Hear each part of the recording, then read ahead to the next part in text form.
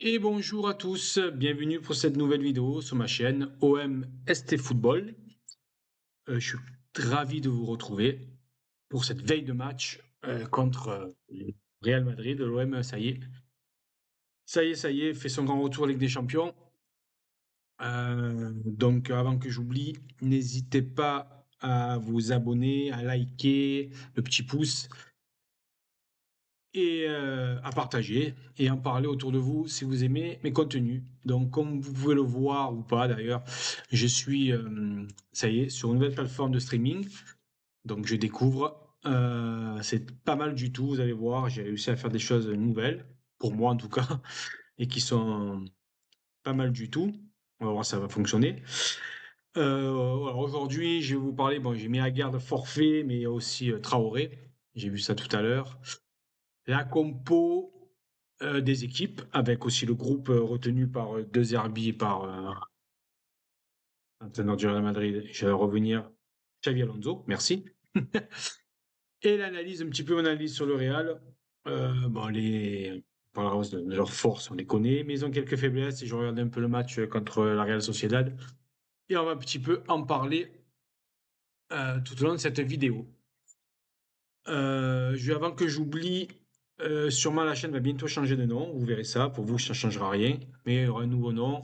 Petite surprise dans la semaine. Et aussi, demain, il y aura un live. Donc j'espère que vous serez nombreux à me rejoindre vers 18h, 18h30 jusqu'à 19h30. À peu près une heure avant le début du match. Comme ça sera une bonne heure, une heure et demie pour se restaurer et se préparer pour ce grand match. Allez, on démarre de suite. Alors, comme je vous ai dit tout à l'heure, Aguerd et Traoré, voilà, ils sont forfaits. J'ai vu ça tout à l'heure. Aguerd, c'est promotion cérébrale suite au match contre l'Orient. Il a pris un coup. On l'avait vu tous pendant le match, on l'a tous vu. Euh, on pensait que c'était juste un étourdissement, mais apparemment c'est un peu plus important. Donc c'est quand même un forfait qui nous fait mal en défense, mais bon, il sera remplacé, même s'il ne sera pas remplacé, mais on verra sur la composition d'équipe tout à l'heure. J'avais fait deux compositions, je vous mettrai les deux. Une avec Aguerd et une sans. Et Traoré aussi, je l'avais mis. Mais lui, il est blessé, je crois, depuis qu'il est retour, depuis le match même avant contre Lorient, il était blessé. Donc c'est quand même pour bon, Traoré, on s'en doutait, mais Aguerd, voilà, c'est un petit coup dur parce qu'il avait fait un bon match contre Lorient, même si comme je vous ai dit dans la dernière vidéo, si vous l'avez vu, c'est que Lorient, mais il a fait une grosse impression et ça risque de nous manquer, de nous faire un petit peu préjudice, mais je doute pas une seul instant que les joueurs qui vont le remplacer feront le taf, d'autant plus que c'est Balerdi, notre capitaine, et vous commencez à le savoir venant de moi, j'ai entièrement confiance en lui, même si j'ai vu tout à l'heure, je ne l'ai pas mis là, qu'il aurait pris un coup sur le pied depuis son retour de sélection. Et bon, il était sur le banc face à Lorient. Donc pour moi, il n'y a aucun souci pour qu'il tienne sa place euh, face au Real, pardon. Donc voilà ce que je pouvais dire sur ça. Traoré, ouais, ça aurait pu nous apporter sur le côté, puisque Peshao, je pense pas qu'il débute le match. Mais bon, euh, ça, ouais, je trouve qu'il a fait une bonne rentrée. Il va pouvoir nous aider au milieu de terrain. On le reverra tout à l'heure. Euh, Quand on va parler de la compo, on va parler de suite. On va commencer d'abord par le groupe du Real. Voilà, je vous ai mis le groupe du Real avec deux retours importants, même si pour moi ils ne seront pas titulaires. Au retour de Bellingham et de Kamavinga. Moi, Kamavinga, c'est un joueur que j'adore. Je trouve que techniquement, il est largement dessus de la moyenne. Un gros coffre. Donc, bon, il sera pas titulaire, comme je vous l'ai dit, mais bon, j'espère ne pas forcément le voir, même du match. Et Bellingham, bon, voilà, hein, on le présente pas. Euh, J'étais content qu'ils soient pas là, les deux. Mais non, ils seront bien à retour dans le groupe, donc voilà, un petit peu déçu, non, mais bon, c'est à nous, entre notre perte à nous et de la guerre et leur retour. Voilà, ils n'ont pas besoin de ça. Mais voilà, donc ils sont de retour dans le groupe. On va passer donc à la composition du Real. Alors, la compo du Real, elle est là. Je vous l'ai mise. Et pour moi, il y a un changement, même deux changements par rapport au match qu'ils ont fait contre la Real Sociedad. Voilà. C'est pour moi Alexander Arnold qui va prendre la place à droite. Je sais plus du nom, j'ai un trou de mémoire. Bon, vous me le direz dans les commentaires si vous me rappelez du prénom, ça va me revenir. Hein. Et ben pour me revenir, on va faire ça. Hop, groupe du Real, voilà. Qui va enlever Carnaval, merci. Carvaral, pardon, Carnaval. Donc voilà, qui va le remplacer. Et pour moi, Rodrigo, il va sûrement le faire entrer à la place de. C'est Caballos qui était là, je crois. Je refais la même manip. Excusez-moi, parce que les noms. C'est oui, c'est Balos qui était là contre la Real Sociedad. Pour moi, hein, euh, ce sera l'équipe cheap du Real Madrid qui va affronter l'Olympique de Marseille demain soir. Donc, dites-moi en commentaire, laissez-moi des commentaires si vous êtes d'accord avec ma compo. Mettez-moi là si vous n'êtes pas d'accord avec ce que vous pensez, on en reparlera demain dans le live. Voilà. La compo de l'OM. Paf, voilà. Donc moi, c'était ma première compo que j'avais mis au départ. Donc rouler dans des cages, ça va pas changer. Ça, c'est obligatoire. Et après, il s'est bien reposé au match face à Lorient. Pavard, j'avais mis Balerdi au milieu. Aguerd, donc à gauche. Medina dans le couloir, en piston, pseudo-piston. Hein. Morillo à droite. J'ai remis Kondogbia. Alors, vous apprendrez que Kondogbia, c'est l'un des joueurs que j'aime pas trop, même pas trop. En tant que joueur, il m'a beaucoup déçu, du moins. C'est pas que j'aime pas, il m'a beaucoup déçu dans pas mal de choses, dans l'investissement, dans plein de choses. Il m'a beaucoup déçu ces dernières saisons. Mais j'ai trouvé qu'il a fait un gros match contre Lorient, même si c'est que Lorient, mais surtout qu'il avait fait un match de patron. Donc je l'associe à Holberg, parce qu'Holberg, pour moi, voilà, même s'il était moins bien, je trouve qu'il est bien revenu avec la sélection, il a fait un gros match. Deux gros matchs, pardon. Et je trouvais qu'il a fait une bonne entrée aussi contre Lorient. Donc j'avais mis Traoré, mais vous allez voir dans la prochaine compo que j'ai tout changé. Greenwood, que vous dire, voilà, Greenwood. Et Aubameyang en pointe, même si j'ai vu que Gouiri était dans le groupe. Je vous ai pas mis le groupe là, j'ai désolé, j'ai oublié de le mettre. Mais Gouiri dans le groupe. Donc voilà, mais je pense pas qu'il sera aligné quand même parce qu'il a pris un beau choc. Voilà. Donc et je vous mets alors ma compo que j'ai refaite après avoir vu que Aguerd et Traoré. Bon, Traoré, je le savais, mais j'ai oublié. Donc, après avoir pris les deux forfaits, donc voilà. Donc Rouli, je mets Pavard, Balardi, Medina. Alors là, j'ai mis Emerson parce que il joue piston, c'est son poste, hein, voilà.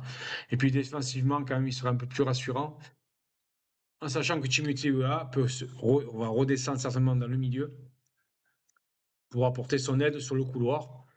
Donc c'est pour ça que j'ai mis Timothy Weah. J'ai mis aussi Morillo, je vais laisser. Greenwood et Aubameyang. Ah, ça n'a pas changé. Ce qui a changé, c'est Medina. Voilà, c'est là, c'est deux. Medina qui resserre dans l'axe. Emerson et Timothy Weah qui est dans la partie des trois. Mais bon, voilà.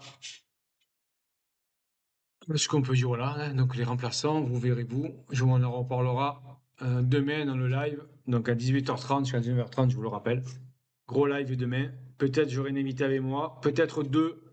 Comme je vous ai dit, j'ai un supporter parisien qui vit ici.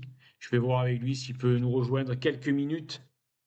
Je vais voir avec vous, avec lui, si je peux le mettre là. Comme je vous ai dit, je suis sur un nouveau streaming que je dévoile, que je en train de découvrir. Je sais pas si on peut mettre plusieurs personnes. Je vais voir ça demain dans la journée.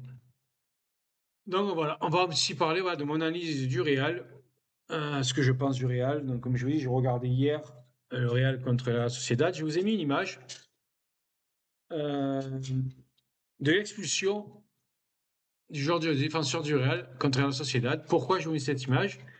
Parce que c'est un peu ce qu'ont subi l'OM City aussi, Barcelone sur certains matchs, des équipes qui dominent énormément leur adversaire. Et ben voilà, dans le dos, il y a un trou, il y a des gros trous dans le dos. Et c'est le cas du Real. C'est une équipe qui domine énormément, qui a les deux latéraux qui montent, qui sont très hauts sur le terrain. Donc la preuve, la Real Sociedad a réussi à le faire là quand ils étaient à 11 contre 11, c'est-à-dire récupération bas sur le terrain et une ouverture dans le dos des défenseurs. Les deux défenseurs du Real sont très costauds sur l'homme, mais par contre ne sont pas du tout rapides. Donc dans leur dos, il y a de la place, avec Aubameyang qui va très vite, Greenwood, même Murillo, Timothy Weah. Donc ne pas hésiter, je vous ai mis cette flèche, ne pas hésiter à la récupération, à jouer une touche de balle et direct, un jeu direct vers l'avant, sur Aubameyang ou sur Greenwood qui peuvent se projeter. Et je pense que c'est pour moi, la petite faiblesse du Real Madrid, c'est là. C'est réussir à les aspirer, réussir à être très très costaud au milieu de terrain défensivement. Ça, contre Real, il n'y a pas de secret. Mais jouer dans le dos de la défense et sur les côtés, parce que les deux latéraux sont souvent très très hauts. Là, il y aura sûrement Alexander Arnold derrière, bon, qui quand même est rapide, mais pour revenir sur de l'avance, il fera l'effort de revenir, mais avec de l'avance, voilà. Il pourra le faire 2, 3, 4 fois, mais c'est pas aussi sa grande force. Hein, il préfère attaquer que défendre. Siakam, pareil, hein, il a un certain âge maintenant, donc il va faire des efforts, mais au bout d'un moment, il y aura des espaces. On pourra en faire un Srepachao aussi, comme on l'a fait contre l'Orient à la 60e ou 70e, qui lui pourra créer le déséquilibre. Donc mon analyse, c'est ça. Il faut être très costaud au milieu. C'est pour ça que j'ai aussi mis Timothy Weah, qui pourra venir aider. Donc Kondogbia pourra se décaler un peu sur le côté droit pour donner un coup de main à Murillo, parce qu'on sait très bien qu'une Greenwood, c'est pas sa force de défendre. Hein. Il n'aime pas forcément ça. Mais je pense que je l'ai vu contre Aston Villa, même si c'est un match amico, qu'il est capable d'avoir des grosses courses défensives et offensives, d'être dans l'impact. Il sait le faire. Il peut le faire et je pense qu'il le fera. Donc ça, c'est un peu le côté positif pour nous, c'est qu'il y aura sûrement des espaces à, à saisir, à prendre pour les joueurs, dans le dos de la défense, sur les côtés. Euh, Par contre, les points que j'ai relevés un peu positifs, négatifs pour nous, leur attaque. Hein. Euh, Très très fort en contre-attaque, comme je l'ai vu, le Real Sociedad une passe, mal ajusté et ça a fait but. Hein, on connaît Mbappé. Il ne faut pas laisser de ballon, pardon, faut être très juste derrière. Un petit point que j'ai relevé aussi sur les corners. Il y a 45% de leurs corners qui sont tirés au premier poteau. Donc attention à ça. Et la majorité de leurs corners de leurs coups francs sont tirés au deuxième poteau pour une remise dans l'axe du ballon. Donc très très vigilant sur ça. J'ai vu quand même, il n'y a pas eu de but, mais il y a eu de grosses situations pour eux contre la Real Sociedad. Donc attention sur les corners et c'est le coup de pied arrêté sur les coups francs, d'être bien positionné à la retombée des ballons et de bien couvrir le second poteau sur les coups francs. Voilà, parce qu'ils aiment bien mettre du second poteau et remettre dans l'axe. Donc voilà ce que j'ai pu relever du Real Madrid. Après, on connaît, hein, je ne vais pas faire 100 ans sur eux. On connaît leurs forces. Voilà, les faiblesses, je vous les ai dit, c'est surtout la défense. Bien, il faut être très très costaud au milieu et ne pas hésiter à jouer en première intention sur nos attaquants. Voilà. Donc voilà, c'est une petite vidéo de veille de match. Je vous laisse liker. Je vous remets la compo. N'hésitez pas à vous abonner. Et on se retrouve donc demain 18h, 18h30 en live. Comme j'espère avoir 2 personnes avec moi pour parler du début de l'OM à Ligue des Champions contre un gros morceau qui est le Real Madrid. Donc je vous laisse sur ça. Je vous dis à demain en live avec moi. Et comme je dis tout le temps, allez l'OM!